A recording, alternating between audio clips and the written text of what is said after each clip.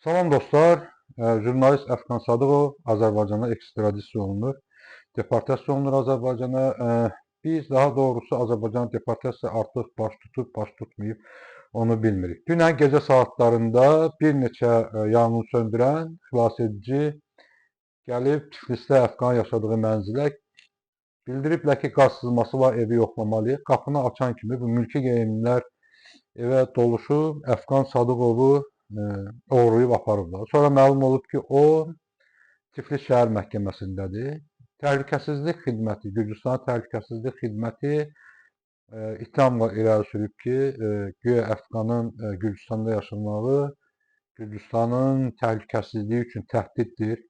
Eyni zamanda Əfqanın Facebookda yazdığı bir sosial paylaşımı əsas gətiriblər. Əfqan Sadıqov orada qanunsuzluq edən polisləri tənqid edib və bunlar bu tənqidi təhqir kimi qəbul ediblər və onun Azərbaycana deportasiyası ilə bağlı qərar verir. Məhkəmə gecə saat 2-də başlayıb, gecə 2-də. Səhər saat 4-də 5-ə işləmiş belə başa çatıb. Əfqanı deportasiya ediblər. Bilirsiniz ki, Əfqan Sadıqovun Azərbaycana deportasiya olunmasını qadağan edən Avropa İnsan Haqları Məhkəməsinin qərarı var. Gürcüstan hökuməti məhkəmənin qərarına da baxmır. Gürcüstan növbəti dəfə İlham Əliyevin sifarişini yerinə yetirib. Bilmirəm bu dəfə nə qədər pul oğurlayıblar, amma ssenari eynidir. Yəni necə ki məni oğramışdılar, orada da Gürcüstan Təhlükəsizlik Xidməti iştirak edib, məni oğrayan Təhlükəsizlik Xidmətidir. O zaman İlham Əliyev Azərbaycan xalqından oğradığı 3 milyon dollar, ümumilikdə 3 il ərzində Gürcüstanda yaşayan siyasi mühacirləri izləmək, siyasi mühacirlər üçün məlumatlar toplamaq, onların telefon zənglərini dinləmək, bank hesabları haqqında məlumat əldə etməkdən ötürü ümumilikdə üst-üstə 10 milyon dollardan yuxarı pul xərcləmişdir. Bu pullar Azərbaycan xalqından oğurlanan pullardır. İndi də Əfqan Sadıqovla bağlı belə bir qərar qəbul olundu. Ölkədə dəhşətli hadisələr baş verir də. Bu nədir İlham Əliyev belə narazısınız? Mən Əfqan Sadıqovun həbsinə, onun Azərbaycana göndərilməsinə görə 2 qat narahatam, 2 qat məndə narahatçılıq var. Nəyə görə? İlham Əliyev Gürcüstanda yaşayan, Gürcüstanda fəaliyyət göstərən jurnalistlərə, siyasi aktivistlərə, qeyri-hökumət təşkilatının nümayəndələrinə, hüquq müdafiəçilərinə xüsusi aşırı nifrət edir. Azərbaycandan gedib Gürcüstanda olan, Gürcüstanda fəaliyyət göstərən istənilən müxalifətçi, baxmayaraq bu jurnalistdir, QHT-şdir və yaxud da ki siyasi partiya üzvüdür, İlham Əliyev onu avtomatik olaraq özünə düşməndir. Və mən bunu yerdən göydən demirəm. Bax, mən oğurlanmamışdan əvvəl bizimlə birlikdə Gürcüstanda yaşayan, Tiflisdə yaşayan siyasi fəal Mehman Qələndərli 2017-ci ilin səhv etmirəmsə fevral ayında həbs olundu, mart ayında Kürdəxan həbsxanasında qətlə yetirildi. Gecə ilə onu dəfn elədilər, gecə ilə onu Kürdəxanın yanındakı qəbirstanlıqda bastırdılar.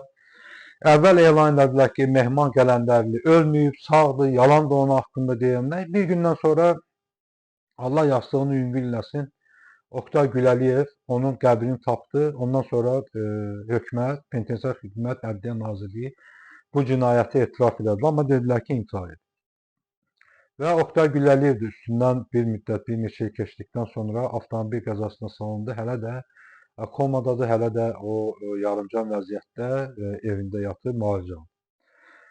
Gürcüstanda, Tiflisdə bizimlə olan adamlardan Vidadi İskəndərli, hüquq müdafiəçisi, bilirsiniz, Fransada qətlə yetirilib.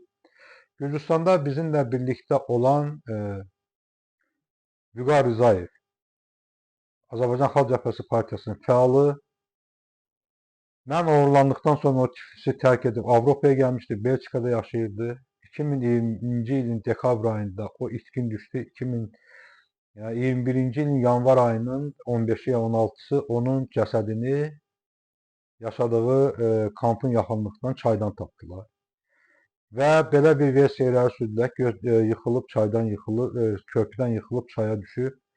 Amma çox maraqlıdır ki, üzərindən gəmilər keçən, axan, axıb gedən çayda Vüqarın cəsədi 15 gün eyni yerdə qalıb, tərpənməyib. Güya körpüdən düşüb, elə orada da qalıb. və dəhşətli bir cinayət hadisəsi idi. Tiflisdə fəaliyyət göstərən digər bizim blogerimiz Hüseyn Bakıxanov hamımızın gözünün qarşısında, bütün dünyanın gözünün qarşısında qətlə yetirildi. Tiflisin mərkəzində otellərin birində yuxarı mərtəbədən pəncərədən bunu atıb öldürdülər. Adını qoydular ki, bu sui-qəsd özünə intihar edib. Amma əslində nə baş vermişdi? Bu ölüm hadisəsindən bir neçə gün əvvəl Hüseyn Bakıxanovu Tiflisin ortasında 4-5 nəfər Azərbaycanlı tərəfindən vəhşicəsinə döyülmüşdü. O canlı yayım açmışdı. Polisə şikayətə getmişdilər. Şikayət vermişdi. Adamların adlarını, şəkillərini, videolarını təqdimləmişdi. Amma polis nə etdi? Polis bu 5 nəfərdən 4-ünü kənara qoydu. Bir nəfər haqqında cinayət işi qaldırdılar. Hüseyn Bakıxanov qətlə yetiriləndən sonra da həmin cinayət işini bağladılar. Onu döyən Azərbaycanlılar məndə olan məlumata görə Azərbaycan xüsusi xidmət orqanlarının nümayəndələridir, xüsusən də Sokarda işləyən adamların olduğu söylənilir. Bu cinayətləri törədən, bu cinayətləri edən İlham Əliyevdir. İlham Əliyev indi də belə bir xəbər çıxıbdır ki, İlham Əliyev sabah ya bir gün Tiflisdə rəsmi səfərdə olacaq. O qorxurdu ki, Əfqan Sadıqov onun qarşısına çıxsın, etiraz aksiyası keçirsin, onda etiraz eləsinlər. Və iki hökumət birləşib bir jurnalisti oğradılar və ölüb yerə girmək lazımdır. Azərbaycan hökuməti, xüsusən İlham Əliyev dəhşətli dərəcədə qorxaq adamdır. Bütün Azərbaycan dövlətinin resurslarını, sərvətini mühacirləri güdməyə, jurnalistləri güdməyə, onları həbs eləməyə, oğramağa və s. sərf edir. Bir tək jurnalisti 2 illik gərgin mübarizədən sonra axır ki, Bakıya apara bildi. Milyonlarla pul xərcləyib Əfqan Sadıqovun saxlanılaraq Azərbaycana gətirilməsi. Və sizə əmin edirəm ki, Gürcüstan hökumətinə bu etdikləri bu qanunsuzluq dəhşətli dərəcədə baha başa gəlir. Dəhşətli dərəcədə baha başa gəlir. İlham Əliyev qatildir. İlham Əliyev öz rəqiblərini öldürür. Biz bunu bilirik.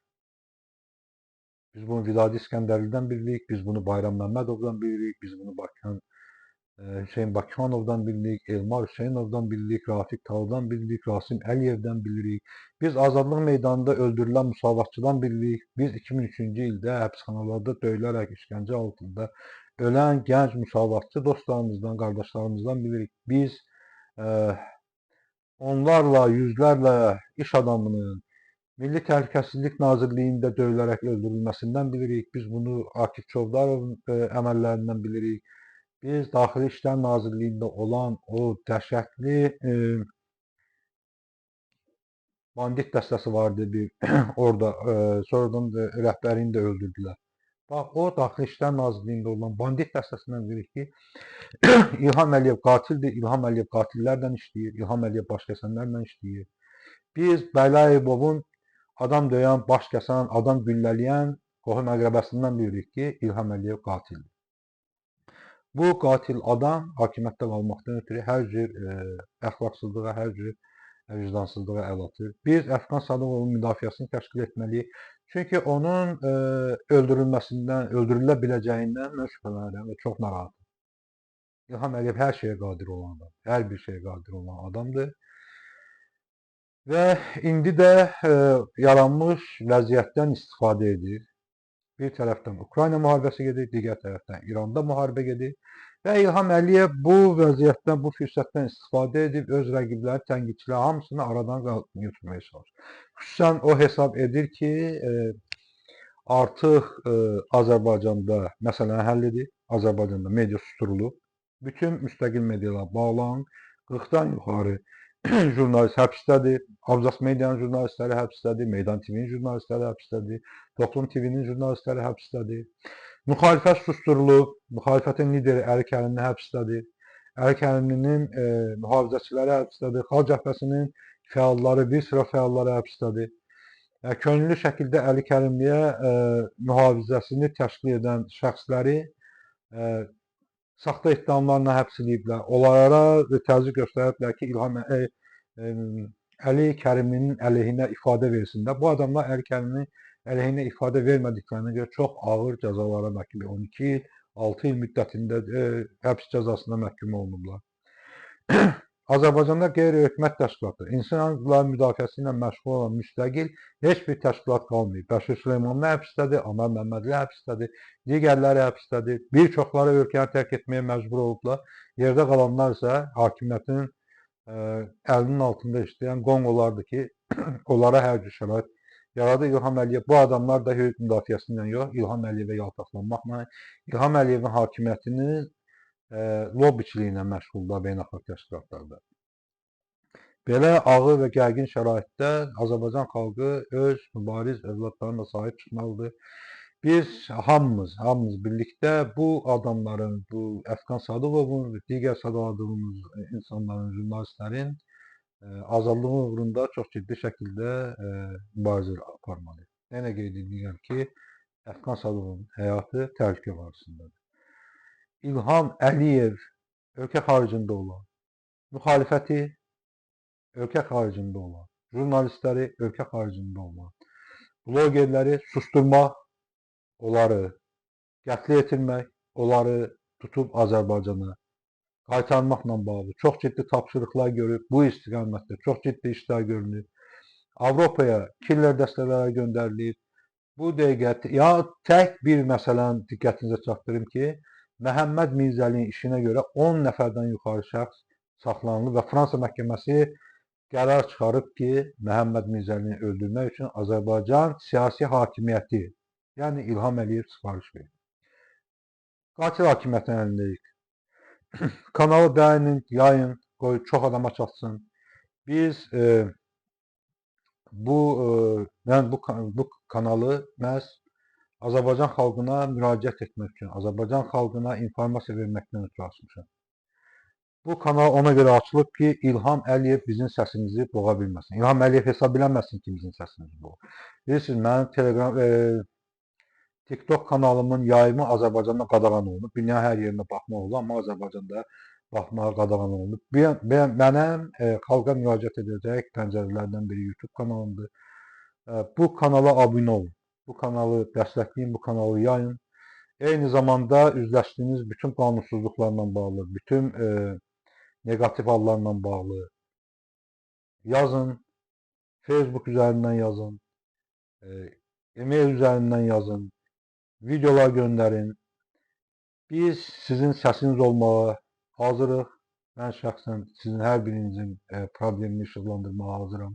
Anonimliyinizi qarant verirəm ki, heç kəs bilməyəcək mənə məlumat verən kimdir. Biz bu rejimin qarşısında geri çəkilməməliyik. Biz bu rejimin qarşısında susmamalıyıq. İlham Əliyev hesab etməməlidir ki, bizi sustura bilir. Susmamaq üçün, bizim səsimizi kəsməmək üçün bax bu kanalıma abunə olun, həm də yayın. Təşəkkür edirəm.